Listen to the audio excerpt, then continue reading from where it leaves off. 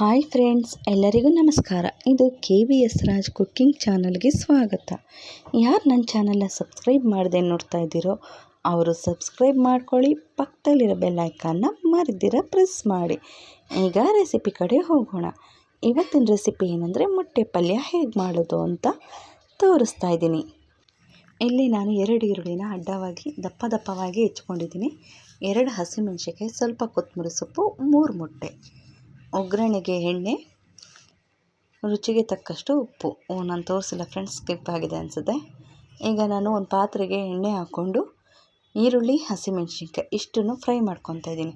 Friends, ತುಂಬ fry ಮಾಡಬೇಡಿ, ಮುಕ್ಕಾಲು ಭಾಗ ಆದರೆ ಸಾಕು, ಚೆನ್ನಾಗಿರುತ್ತೆ. ತುಂಬ ಫ್ರೈ ಆದರೆ ಚೆನ್ನಾಗಿರಲ್ಲ.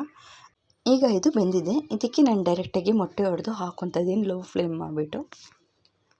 ನಿಮ್ಗೇನಾದ್ರು ಹೊಡಿವಾಗ ಸಿಪ್ಪೆ ಬೀಳುತ್ತೆ ಅನ್ನೋದಾದರೆ ಒಂದು ಬಟ್ಲಿಗೆ ಹಾಕ್ಕೊಳ್ಳಿ ಫ್ರೆಂಡ್ಸ್.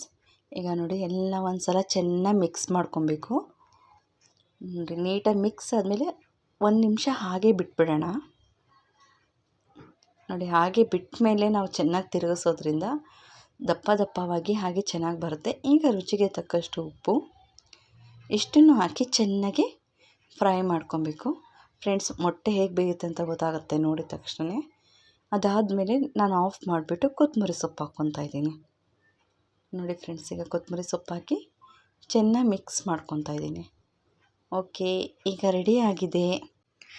ಬಿಸಿಯಾದ ಮೊಟ್ಟೆ ಪಲ್ಯ ಸವಿಯಲು ಸಿದ್ಧವಾಗಿದೆ. ಒಂದು ಸಲ ಟ್ರೈ ಮಾಡಿ ಹೇಗಿತ್ತು ಅಂತ ಕಮೆಂಟ್ ಮಾಡಿ ಫ್ರೆಂಡ್ಸ್. ವಿಡಿಯೋ ನೋಡಿದ್ದಕ್ಕಾಗಿ ಧನ್ಯವಾದಗಳು.